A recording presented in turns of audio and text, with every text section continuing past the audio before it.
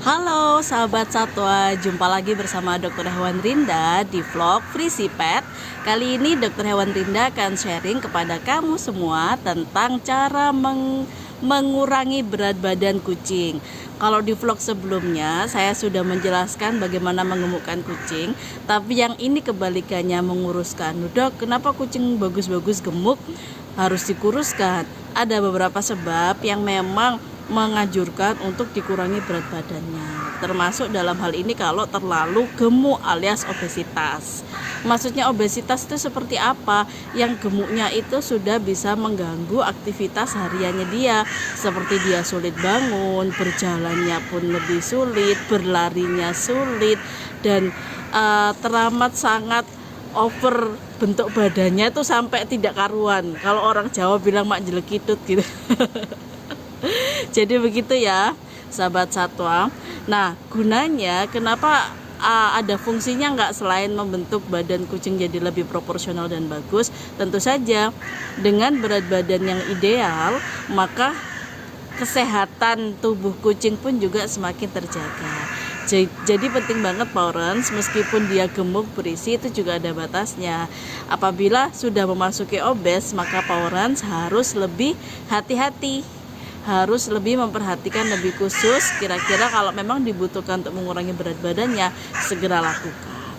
Nah, sekarang kita kenali dulu sebabnya si kucing ini bisa sangat gendut atau obesitas. Ternyata nggak semua, nggak asal dia makan tiba-tiba gendut, itu belum tentu. Biasanya kucing-kucing kampung dia makannya banyak sekali tapi juga nggak gendut, itu juga tergantung jenis pakannya. Kalau ya pakannya banyak nasinya, ikannya sedikit, ya iya masak gendut gitu. Kalau dia gendut atau obesitas, biasanya si kucing ini suka mengkonsumsi pakan kering dalam jumlah yang sangat banyak. Kan kucing itu juga seleranya sendiri-sendiri ya. Kadang juga pemilih sama makanan itu, merek A suka, merek B nggak suka, dicampur nggak suka, kayak gitu. Ada juga makan tuh cuma ya sekedarnya. Tapi banyak juga yang kucing begitu diberikan makan kesukaannya habis tak bersisa. Ada beberapa metode yang bisa digunakan untuk menguruskan. Tapi sebelumnya saya lanjutkan dulu tentang sebabnya. Yang tadi terlalu over makan dry food tapi tidak disertai aktivitas yang banyak. Ini biasanya kucing-kucing indoor, kucing yang banyak di rumah, tidak dikeluarkan dari rumah. It's okay, tapi makanannya juga lost doll gitu. Makanannya semua nggak ada batasan, semuanya dimakan, jadi dia gemuk. Yang kedua, sebab pertama, tapi ada tambahan ada tambahan penyebab lagi, yaitu dia habis disterilisasi, seperti dikastrasi untuk jantan atau di OH untuk betina. Lu kok bisa dok? Ya, karena setelah sterilisasi itu ada perubahan siklus hormonal, jadi akan mengubah juga metabolisme nutrisi dalam tubuh. Terlebih jika sterilisasi itu sudah dilakukan, sel-sel adipos atau sel-sel lemak ini akan mudah terbentuk. Akibatnya kucing lebih mudah untuk gemuk. Tuh ya. Nah, sekarang kita masuk ke cara-caranya. Karena kita sudah tahu sebabnya, kita bisa tahu cara-caranya. Cara-caranya ini juga ada yang murah, ada juga yang relatif mahal. Kenapa saya bilang relatif? Karena keuangan Powerance sekalian kan berbeda-beda. Ada juga orang yang suka praktis, meskipun bayar nggak apa-apa karena nggak ada waktu.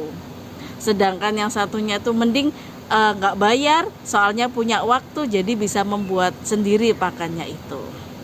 Oke, sebentar saya betulkan dulu tata ini kameranya, sepertinya agak bunar kena sinar matahari. Ini lebih baik. Oke Powerance, jadi yang pertama bisa dilakukan itu untuk mengurangi berat badan kucing dengan cara murah dulu ya, yaitu memberikan pakan basah. Nah, pakan basah ini sudah banyak tersedia di pasaran dalam bentuk pouch atau kaleng. Bisa digunakan pakan basah itu. Kadang kucing itu langsung suka dengan pakan basah karena aromanya yang menyengat.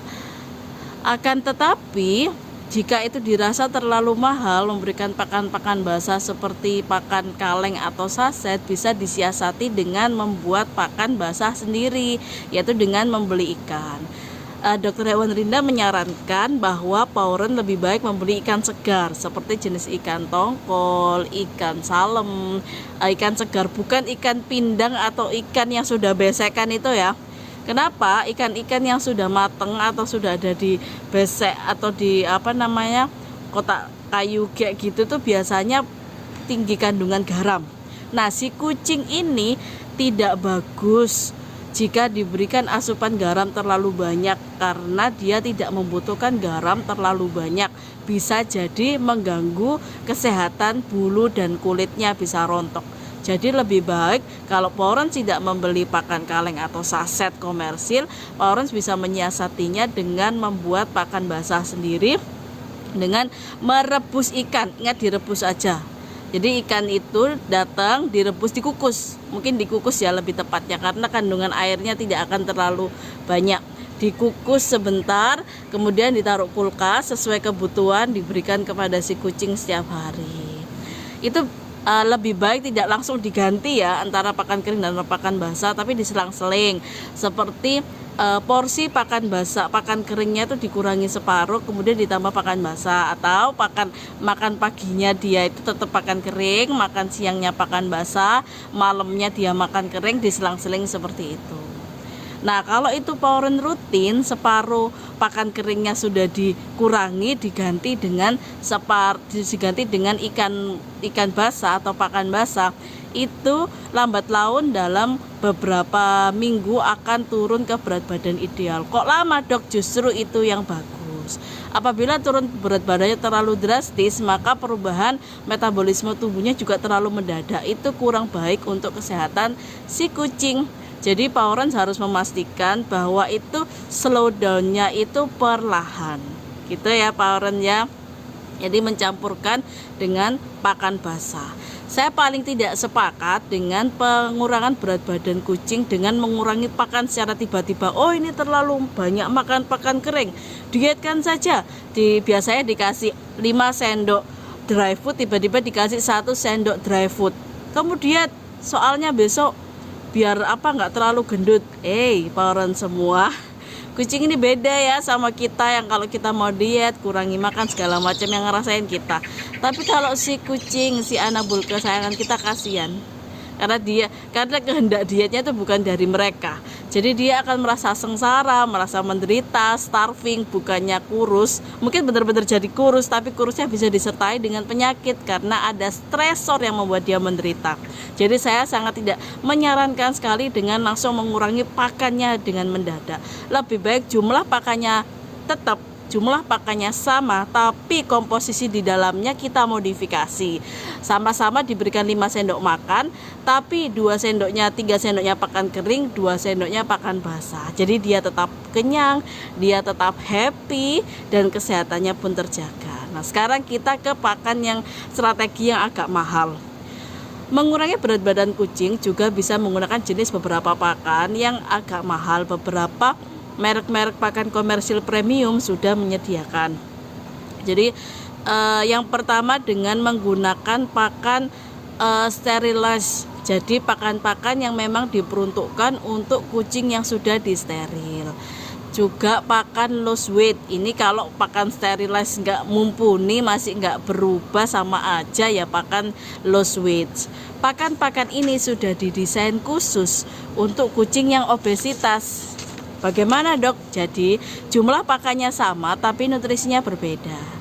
Ibaratnya kita makan sama-sama 1 piring, tapi jika 1 piring pakan biasa itu kalorinya bisa 2000 sekian, tapi jika pakan itu merupakan pakan lost weight atau pakan sterilized, maka kalorinya bisa separuhnya. Nah, di sini diharapkan jumlah nutrisi yang terserap itu cukup untuk kehidupan sehari-harinya dia tanpa mengganggu kesehatannya, tapi tidak menimbun lemak. Gitu ya Pauren ya. Ini mohon maaf saya shoot backlight, jadi agak ini bunar. Nah, wow, nah, ini juga lebih baik. Oke. Bagaimana Pak Orange? Cukup jelas kah? Ini saya dari tadi muter-muter kamera ya Pak Orange ya. Demi Pak Orange tercinta nih, saya ingin berbagi sharing tips dan trik. Tapi ya harap maklum karena saya shootnya di pagi hari waktu Eropa. Jadi begitu mataharinya lagi musim panas, mataharinya terik di pagi-pagi, saya susah cari spotnya. Oke. Nah, ini lebih baik. Mungkin Pak Orange sendiri sudah bisa tahu ya. Jadi sudah jelas bagaimana pakan-pakan kucing ini berpengaruh besar terhadap tumbuh kembang dan obesitas pada kucing. Ada satu lagi yang mungkin bisa dicoba, yakni indoor food. Indoor food untuk kucing ini memang diperuntukkan untuk kucing-kucing yang kebanyakan aktivitasnya di dalam rumah, bukan di luar rumah. Indoor food ini hampir sama dengan sterilized food, memang diperuntukkan untuk kucing yang aktivitasnya tidak terlalu tinggi atau tidak banyak exercise. Jadi apabila dia exercise kan butuh energi tinggi, energinya akan ditinggikan. Tapi untuk yang kucing indoor ini, palatabilitas atau aromanya dan kecernaannya yang membuat kucing nafsu makan itu tetap sama dengan pakan-pakan yang lainnya. Akan tetapi jumlah energi yang dihasilkan dari pakan itu tidak akan berlebihan, sehingga tidak akan ditimbun jadi lemak di dalam tubuh kucing. Obes ini terlebih kucing-kucing yang sudah masuk kategori lanjut usia ya, di atas 7-8 tahun mungkin perlu diperhatikan juga. Jadi kucing-kucing bisa tetap sehat, menemani kita beraktivitas, dan kita sayangi setiap hari. Oke, sepertinya itu dulu vlog kali ini. Terima kasih Pak Orange sekalian sudah meluangkan waktu untuk sharing bersama Dokter Hewan Rinda. Apabila ada saran, ada pertanyaan atau request topik, bisa tulis di kolom komentar. Jangan lupa klik like, subscribe, and share channel Frisi Pet. Bye bye.